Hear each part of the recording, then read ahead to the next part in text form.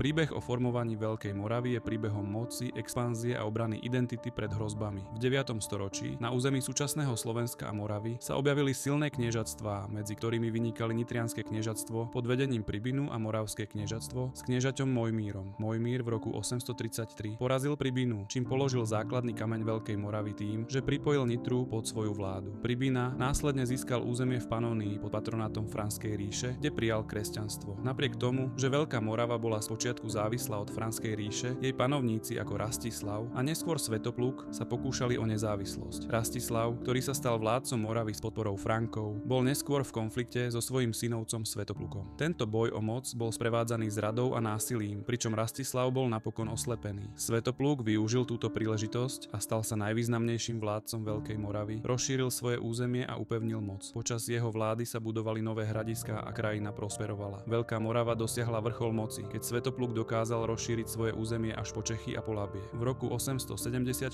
uzavrel mier s ľudovitom Nemcom, čím získal pokoj na expanziu a vnútorné upevnenie krajiny. Avšak po Svetoplukovej smrti v roku 894 sa jeho synovia Mojmír II a Svetopluk II dostali do konfliktu, čo spolu s útokmi Maďarov oslabilo krajinu. Okolo roku 906 sa Veľká Morava rozpadla a v bitke pri Brezelauskurzu v roku 907 bola Morava definitívne porazená, čo znamenalo koniec tohto významného raného slovanského štátneho útvaru.